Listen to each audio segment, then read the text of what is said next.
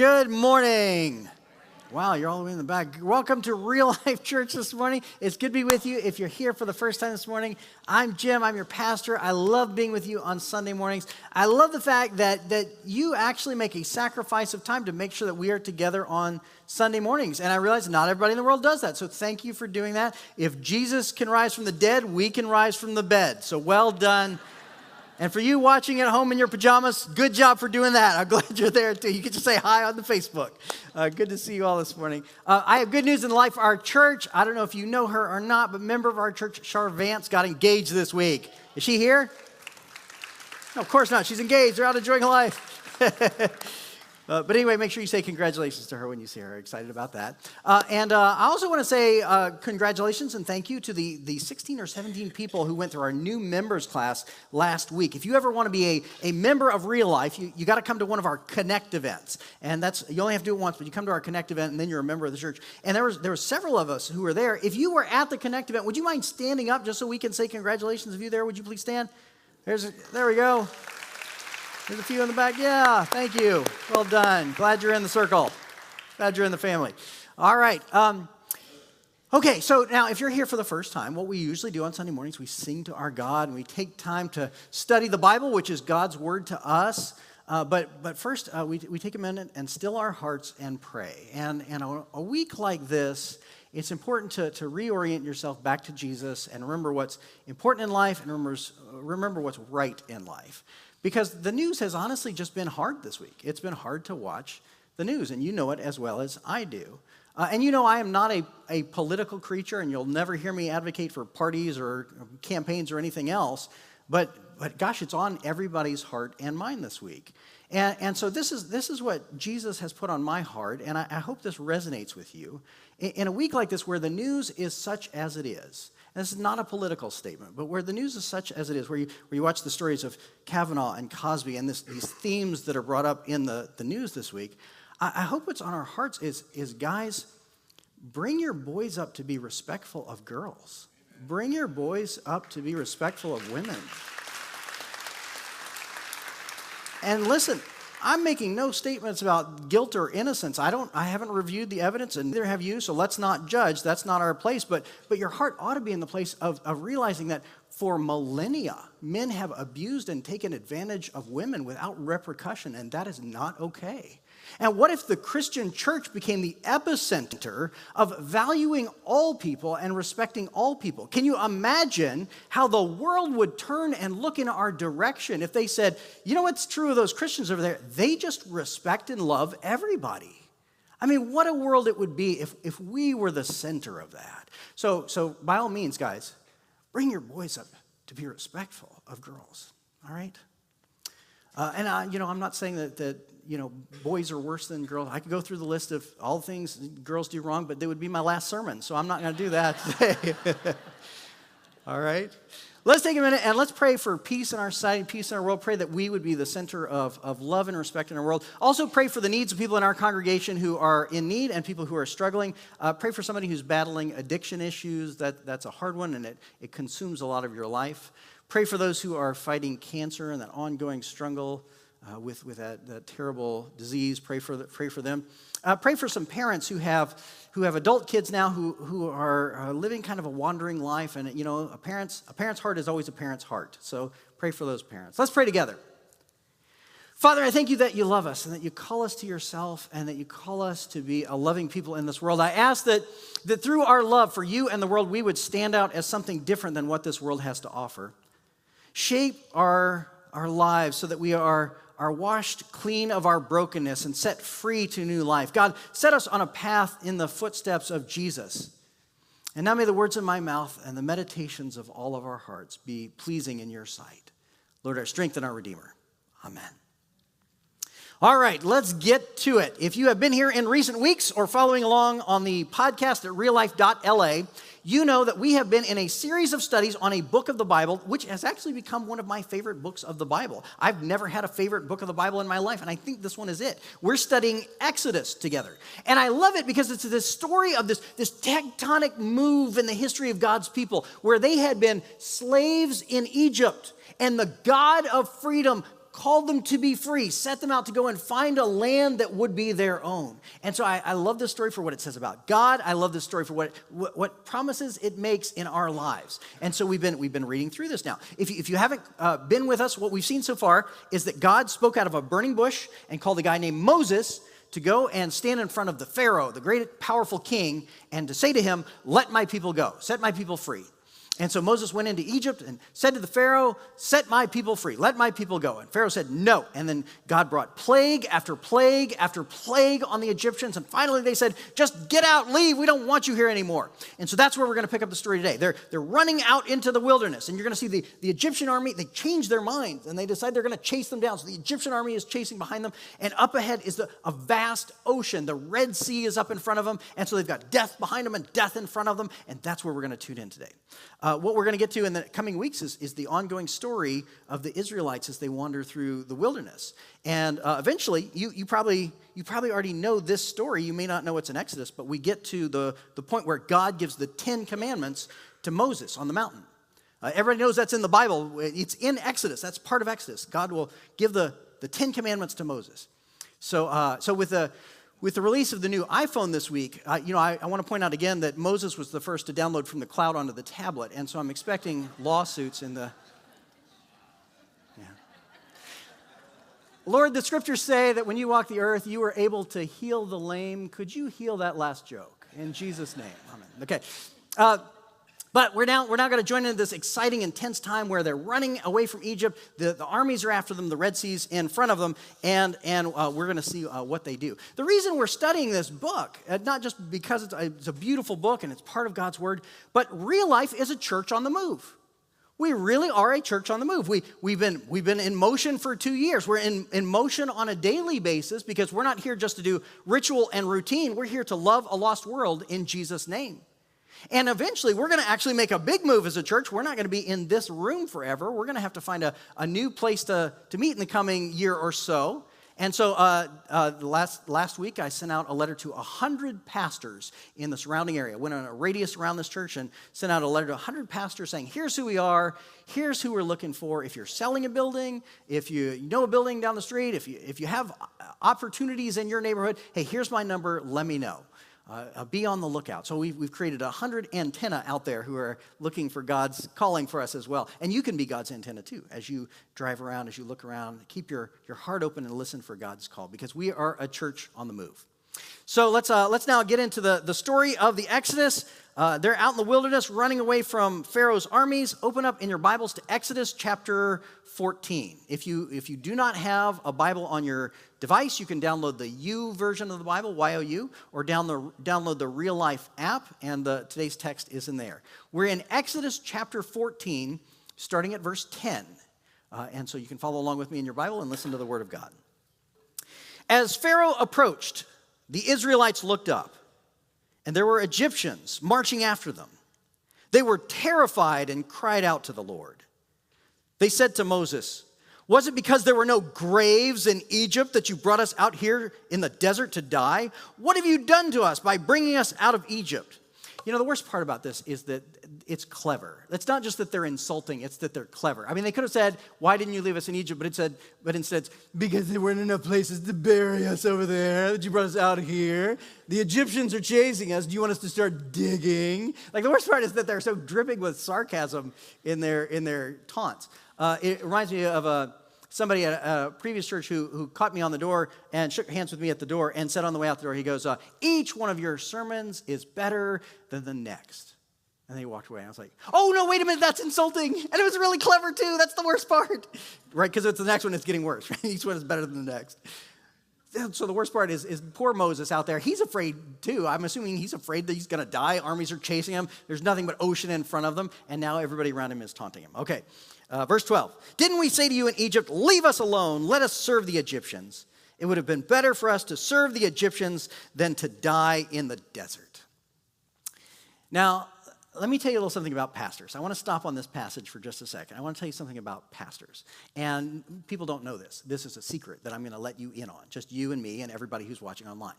A little secret. So pastors, every now and then, get together, and we have gatherings of pastors, little retreats, usually at some cabin in the woods somewhere, and we all get together, and we put on our wizard's cloaks and our hats, and we smoke pipes and talk theology. And that's what pastors do. And so we have these little gatherings out in the woods, and one of the things that pastors love to do together, because it relieves stress, is we share with each other the worst complaints we've ever gotten at church. We do this, all pastors do this. And we try to one-up each other. Go, oh, you think that was bad? Listen what I got. And we try to one-up each other. And then we carry around in our heads a list of all these great complaints we've heard. And so every pastor you know has this list in his head right now. And I'm telling this to you because Real Life is not a really complaining church. It really isn't. And I'm not just saying that for self-protection. I mean, it really isn't. You know, and our policy at Real Life is if you have a problem with somebody, you deal with them face to face and you resolve it and you work towards peace. That's what we do. There's no parking lot politics. We deal with it face to face, and so that's what we do. But so I'm gonna read you some of the best complaints I've ever gotten or heard, and none of them came from any of you. So the caveat, right? You're safe. But here it is, some of the best complaints I've ever gotten, just like Moses out in the wilderness. Okay, number one, the postcards are too shiny. We should not have shiny postcards. They look expensive. We should have inexpensive looking postcards. Number two, the show isn't as good as it used to be. And that was a reference to the worship service. 3, pastors shouldn't make more than $40,000 a year, so I voted no on your salary increase. Just wanted you to know it isn't because of you. Number 4, you should wear nicer shoes. It's hard to do on $40,000 a year. Number 5. Now, I actually got this one when I was an intern at the first church I interned at when I was in seminary, before I was ordained as a pastor. And this was after I preached one of the very first sermons I've ever preached in my life. Use your left hand more when you gesture when you're preaching. You mostly just use your right hand. I mean... 6, you talk too much about Jesus. This is more of a God church. I'm not even sure what that complaint's about, but that guy's in the wrong place. 7, children shouldn't help serve lunches at church. Their hands are dirty. Oh, come on. It's cute when there are fingerprints in the Jell-O. That's cute. That's the best part. Number 8, please ask people to stop shaking each other's hands. It's flu season. Okay, now that one I get. That one's actually a good point, but I don't think it's my business to tell people whether or not they can shake hands. But I legitimately, if we all bowed, there'd be less sickness. Okay. And number 9, my personal favorite, if you sing more hymns, you'll get more money. And there you go. Some of the best complaints I've ever heard given to pastors in the world. And none of those came from this church, honestly. None of those came from this church. And now, I don't tell you those because I'm leading to a point. I just want to put a little pin in this in case we need to come back to it. Moses led the people out into the wilderness, and when everything was in chaos, the first thing they did was turn on Moses. I just want to put a little pin in that in case we ever need to come back to it again. Just I'm saying, okay? Because Real Life is a church on the move, and that was God's idea, right? Okay. Now, here's an interesting thing that churches do. When churches are in chaos and facing challenges, they tend to do kind of a little technique that comes from the Old West, that comes from the American Old West. There was this thing that pioneers and settlers did as they were traveling across North America, as they were moving into the wilderness. When they would camp for the night, they would take those wagon trains that they traveled in, and they would drive the wagon trains into a big circle and enclose them so it felt like a little room, a little safe room. And they called it circling the wagons. And the idea was you build a fire in the middle of it, and everybody's in the middle of it. Maybe it keeps the wolves out. It just gives you a feeling of protection and safety in the world. And this is what churches do. Churches, when they face chaos, when they face challenge, they often think, well, what we really need to do is we need to circle the wagons. We need just our little safe religious community that keeps the bad society out so we can have a safe little society of our own. And if people want to live bad lives, well, that's too bad for them. We're going to be safe in here. And they circle the wagons at church. And they say, who cares what that does to the world? Who cares what that does to the church in the long run? I just want to be safe here and now. And I don't care if it makes the church worse. I just want to settle for what I've got. Listen, what if Steve Jobs had settled for the Walkman? That's what people want to do. And churches all over our world and all over our country have settled for what they have so that they can circle the wagons and be safe. Now listen, that actually comes from an ancient part of the biblical story. It comes from the time when the Hebrew people were in slavery in Babylon. And when they were in slavery in Babylon, they circled the wagons. And they said, we're going to keep our own little safe Hebrew enclave where we don't act like the Babylonians, and we don't live like the Babylonians, and we don't eat the Babylonian food, and we don't wear the Babylonian clothes. We will have a safe little circle of our own, and we will speak our Hebrew language, and we will keep our Hebrew culture, and we will keep our people safe. We will raise our children in the faith separate from the world. And that group of people came to be known as the set-apart ones, which in Hebrew is Perushim, or the Pharisees. The Pharisees, the people that Jesus argued with every day of his life, actually come from a very important part of Hebrew history where they had to circle the wagons to keep their identity together. The problem is, when Jesus came along, he turned that upside down. When Jesus came along, he said, we are not going to circle the wagons anymore. We're going to go out and love lost people in Jesus' name. We're going to go out and care for people who are broken. We're going to care for people who have the wrong theological views. We're going to care for people who have addiction issues. We're going to care for people who are committing crimes. We're going to go love lost people in Jesus' name. You can't hide out and be a church. You can hide out and be a church that doesn't belong to Jesus, but you can't hide out and be a church that's following Jesus. Funny thing about those wagon trains traveling across the wilderness, the pioneers had a nickname for them. They called them prairie schooners. A schooner is a boat. And they called them prairie schooners because those big tarps that they used to make the wagons out of, the big white tarps that went over the top of the wagons, when you laid those out, they looked like a sail from a boat. And when they wrapped those tarps over those wagons, in their minds they were thinking, this is our sailboat. And we're going out on the open ocean. And we don't know what's out there. And we don't know what we're going to find. But we are on an adventure. The church needs to stop building circles of wagons and start sailing the open seas. I would not be offended at all if a few of you wanted to get together in the middle of the night tonight and go around to every church within miles of here that has a steeple and hang a big sail on it so that people remember what the church is for. The church is not meant to be a safe circle of insiders. It's meant to be an adventure following after Jesus wherever he will lead. And there will be days where there is an Egyptian army chasing after us and a Red Sea in front of us. And those are the days on which you're going to meet Jesus. Those are the days in which he shows up. Not the days in which you hide out and you're safe and you're comfortable and you talk to people who all know the same vocabulary as you and they all know when to stand up and sit down at church just like you do. That's not where Jesus shows up. Jesus shows up when we are on the move. I remember growing up and seeing Pharisees in the modern Christian church. I grew up, there were times where I lived in Texas and in Georgia in the deep South, and there were families that had grown up in churches, and their parents had grown up in the church, and the grandparents had grown up in the church. And I remember just thinking, this isn't my world. I remember sitting in a Sunday school class one time, and the teacher said, we're going to have a Bible trivia game, which is not fun in any world. Like that's not a game. Game's just a tack-on word for Bible trivia. So we're gonna have a Bible trivia game. And she says, I'm gonna ask you questions about the Bible, and you can open up your Bible and look for the answer if you want to. And if you get the answer first, you can have a sticker. And I didn't care anything about trivia back then, but I cared a lot about stickers. Still do, those things are awesome. And so she says, we're gonna have a Bible trivia game, and if you get the answer right, you can have a sticker. So she asks the question, and I open my Bible, and I'm looking at the table of contents because I have no idea what's in that thing. And the little girl sitting next to me, sitting, perfectly prim and proper and everything, doesn't even open her Bible. Hair is immaculately combed, beautiful dress. She just raises her hand because she knows the answer. She didn't have to look it up. She spent her whole life in church.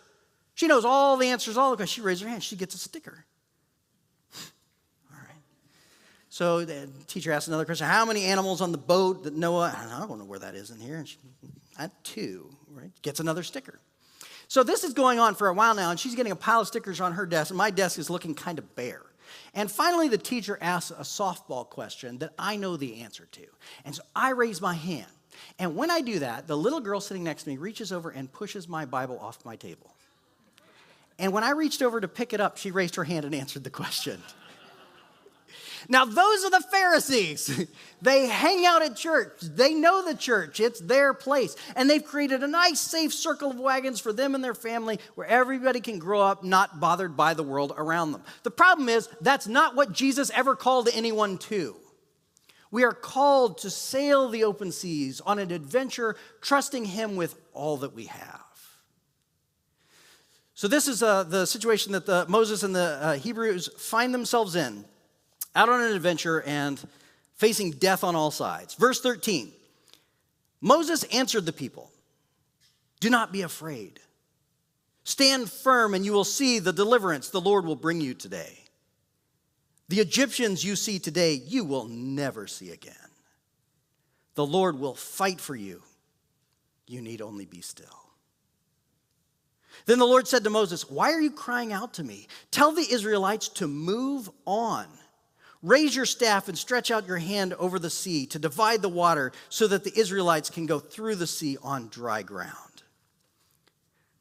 The day's going to come in your life, in my life, in our church's life, where we face a Red Sea. And it's at that moment that God says, "Look, here's where I show up. Just trust me. Don't go fight your battle. I'll do it for you. You just sit still. You just keep doing what you're doing. You stay faithful to my mission and my calling on your life. You just press on. When you see that Red Sea up in front of you, don't be afraid of it. You walk up and put your toe in it, and I'll split it in half." Now, you gotta go. Don't turn around and run. You gotta go. But go up and put your foot in the waters and watch what happens. I saw this happen in Hawaii, where I used to live. There was an Episcopalian priest there named Father Dutiel. And he was in a small little church that was struggling and dying. And as a result, he was battling depression. And he went from battling depression to alcoholism. And his life was falling apart. And the church started to close in on him to remove him from his position. And he did not know what he was going to do. And in desperation, he said, "Jesus, I'm just going to go out and do ministry. Do with it what you will." And he went out to a public park and started handing out peanut butter sandwiches to the homeless. Before long, word got around and a crowd gathered around him. And then more people saw it and supporters gathered around the crowd. And then someone gave him a space to meet in, and they started serving more and more and more homeless. And that was the foundation of IHS, which is now Hawaii's largest homeless provider. All because one guy saw a Red Sea in front of him and said, "I'm just going to go for it." You're going to face terrible challenges in your life. The best thing to do is put yourself in God's hands and say, "I'm just going to go for it. God, I'm going to trust you. If you're going to do it, split the sea." It's in that moment of stillness where you put yourself in Jesus' hands and say, "It all belongs to you," that you actually see really clearly how life is made and what it's for and how it's going to work. There's a beautiful book about Moses' leadership called "Strengthening the Soul of Your Leadership" by Ruth Haley Barton. Beautiful book, excellent book. And in it, she describes this moment of Moses out in the wilderness being told, "Just be still." And this is what she writes. She says, "Just as the physical law of gravity ensures that sediment swirling in a jar of muddy river water will eventually settle and the water will become clear, so the spiritual law of gravity ensures that the chaos of the human soul will settle if it sits still long enough." There are days where what is most critical to us surviving the challenges in front of us and behind us is just that we sit still in God's grace. And I hope you and I learn that together. We've been learning it together as a church. This is how Real Life was formed. We were formed out of chaos. And 2 years ago when we started, we had no budget, no staff, no plan, and no clue. All we did was say, "God, I'm just going to be still and trust you." And he parted the waters, and here we are. And I hope you take inspiration from that in your life. If you're right now hunting for a job and you are exhausted and tired because you have sent out resume after resume after resume and you are afraid of getting no answers back, don't give up. Press on. Put your foot in the water and let God split it for you. If you're raising a special needs child at your house and you are not sure what the future looks like and you are afraid of what you may face in the future, don't give up. Press on. Trust God. He loves your kids more than you do. Put your foot in the water and let God split the waters. Even in the little things. If you're used to going to the gym and not wanting to work out or just not going at all, but you know your body belongs to God, don't give up. I went to the gym and they offered this free consultation that they do with a fitness instructor. I was like, sure, the operating term here is free, not I'm going to do what you say. But sure, I'll take the free consultation. And the guy tells me, if you want to stay in shape at your age, you have to eat better. And so the next time I was at In-N-Out, I looked at that double-double and I just pressed on and I ate it anyway. In Jesus' name, that's what I did.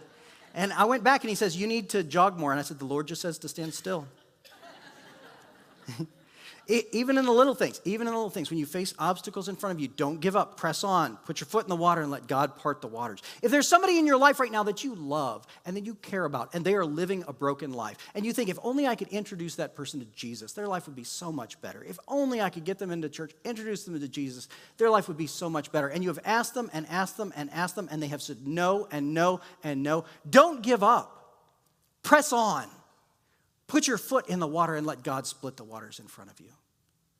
The call of the Christian church is not to be a safe circle of wagons. It is to be ships sailing on the open ocean and trusting Him with all we have. Over and over again, in the history of our faith and our scriptures, this has been the story of God. So we've got a vision in front of us as a church this year. I said on our vision day a few weeks ago, I said our vision for this year is that every one of us would love just one person enough to introduce them to Jesus. If every one of us over the next 52 weeks just loves one person enough to introduce them to Jesus, we will literally double. Not just double our size, we will double the love in this world. If we introduce people to the love of Jesus, if we put them on the course of following after Him, we will double the love that exists in this world. And that is such a powerful thing.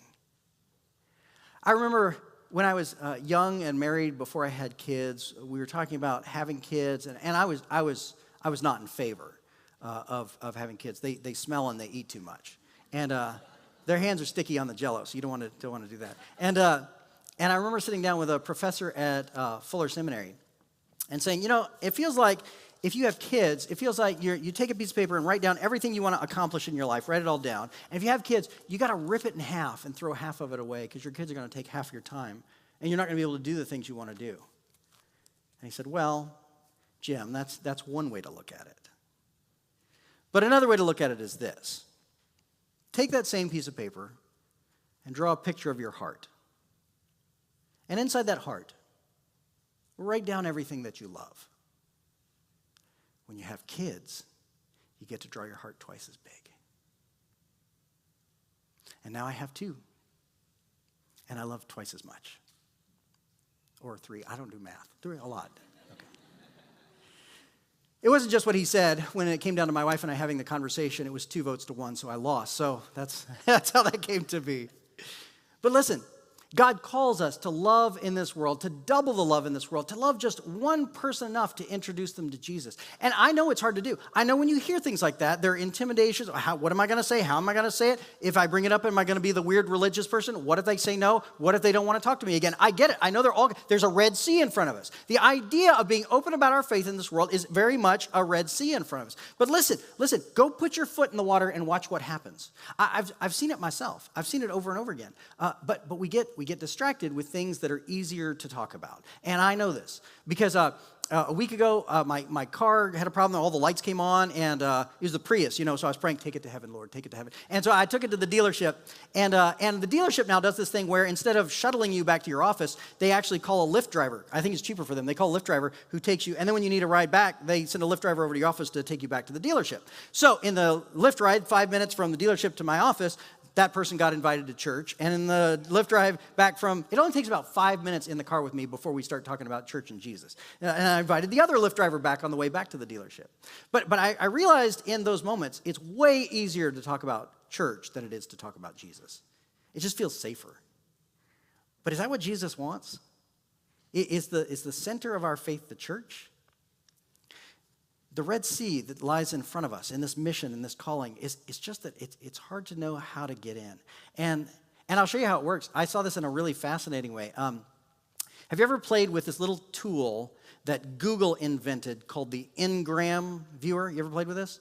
Most people don't know about this. This is so much fun. You're going to lose 2 or 3 hours from your week this week playing with this tool. It's called the Ingram Viewer. And what it does, it's a little graph thing, and you type in whatever words you want to know, whatever words you want to use, and it shows you over the last 100 years how many times that word has appeared in any printed book in the Google database. So say you choose, you're going to do it in English, and you type in Karen. You type in Karen. It'll show you how many times Karen appeared in every single year over the last 100 years. And the chart goes up and down and up and down. It's totally fascinating if you're kind of nerdy and don't get out much. So let me show you what happens when you type in the word war. This is fascinating. Type in the word war. See, how much did we write in books about war over the last 100 years? Let me ask you historians out there, what are those 2 big camel humps in the middle? World War I and World War II, that's right. Yeah, we wrote a lot about war in the midst of those wars, right? And so the Ingram Viewer does this. You type in whatever you want, and it shows you how frequently over the last 100 years that word appeared in any book that's in the Google database. Totally, totally fascinating. Let me show you another one. Think about this. What happens when you look at telegraph, telephone, and video? It's exactly what you think it would be, right? Telegraph has a brief little rise and fall. Telephone shoots up and then shoots up again because now we all have mobile phones, right? And video, you can see video spike in the latter half of the 2nd century, right? Video is taken off now. It's controlling. Phones are still better, right? But now that's because we're watching video on our phones. That's how much we talked about those words in the last 100 years. Here's a fascinating one. I was doing this late at night and watching a late night talk show while I was doing this. Look at the frequency of the appearance of the word Conan, the name Conan, in the last 100 years, okay? What's the spike as you get towards the modern day? What's that for? As you get towards the modern day, why is that appearing more? Conan O'Brien, right? Conan O'Brien, that's the name. What's the spike in 1960? Conan the Barbarian, yeah. As bad as that movie was, it got talked about a lot that one year. Go back to the 1860s, 1880s. Why does the name appear a lot back then? Any scholars? Any literary scholars? Sir Arthur Conan Doyle was writing Sherlock Holmes stories back then. Ah, yeah. Isn't that interesting? What a great tool. Okay, now here's what I really want to call your attention to. Look at how much we've talked about Jesus in the last 100 years in literature. It's kind of funny. I don't know why it rises and falls where it does, but there are times where we talk more about Jesus and times where we talk less about Jesus. But that's the chart of him. Look at how much we've talked about church in literature in the last 100 years. It's way easier to talk about church than Jesus, isn't it? It's just, what did you do on Sunday? How was the sermon? Which church do you go to? Those are way easier questions than talk about Jesus. You know what we like to talk about more than church and Jesus? Money. Look at how frequently we talk about money. That's a way more popular topic, way easier to talk about. And, sports might be higher than all those. I don't know. But when it comes to the vision of a church loving lost people in Jesus' name, one of the biggest distractions, one of the biggest deterrents, the Red Sea that stands in front of us, is that it's easier to not do than to do. It's easier to ignore. It's easier to hang out in our safe little circle of wagons and let the rest of the world pass on. What a shame. What a waste. What a missing out of the opportunities that God has called us to. If the Red Sea out there in front of you is that you're afraid if you start talking about Jesus in this world, you do not know how you will be received. Trust me, press on. Go put your foot in the water and watch how God splits the ocean in front of you. If there's somebody that you've talked to about Jesus and about faith and they've said no and no and no, don't give up. If there's somebody that you love and that you care about and you're not sure how to bring it up, don't give up. Press on. Put your foot in the water and let the waters part in front of you. We're doing something special again tomorrow night. We did this last spring. We're doing it again tomorrow night. We're doing something called Alpha. And if you weren't here in the spring, because I know some of us are new, Alpha is this gathering at Frisella's restaurant over on Glendora Avenue on Monday nights at 7 o'clock. And it's a great opportunity to invite somebody who doesn't go to church, doesn't know Jesus, not really sure about the whole thing, and just offer them, hey, would you like to come to a free dinner on Monday night? We eat dinner together, and it's great food. And then we watch a little 15, 20-minute video that talks about what life is for. And then we get into kind of little groups and talk about what we think. And that's all it is. If you're not sure how to craft the words for this, this is the kind of thing that I say. Look up at the screen up here. I want you to read this with me, okay? This is the kind of thing I've said. I've invited 4 people to Alpha so far this time. Anytime you sit in a car with me, you're getting an invitation. I've invited 4 people so far. This is the kind of thing that I say. Read this along with me, okay? Let's read together. I'd like to invite you to a free dinner And are you reading with me or am I reading by myself up here? Let's start over again. I'd like to invite you to a free dinner and drinks at Frisella's restaurant this Monday. A group of friends and I are going to watch this video that's about what Jesus has to say in the modern world. Then we discuss the video. It's free, everyone's welcome, and it's not really for religious people. That's a great pitch. It's not really for religious people. Because the church is not really for religious people. The church is for sailors. The church is for people who want to take on the open sea in Jesus' name and love a lost world for him. So if anything stands in between you and practicing the faith, if anything deters you from living the faith, if anything scares you about carrying out the faith, don't give up. Press on and let Jesus part the waters in front of you. Let's pray. Father, I thank you that you love us and that you call us to yourself. I thank you for your grace that washes away our brokenness and our sin and sets us free to new life. Help us to let go of our fears and our anxiety and those things that hold us back, and instead go out and take on the open waters. As we do so, may we trust in you. May we see your supernatural power to part the sea, to pave the way for us, and to carry us in your footsteps. Jesus, this week, give us the words to share, the right thing to say at the right time, and hearts that love. In Jesus' name, amen.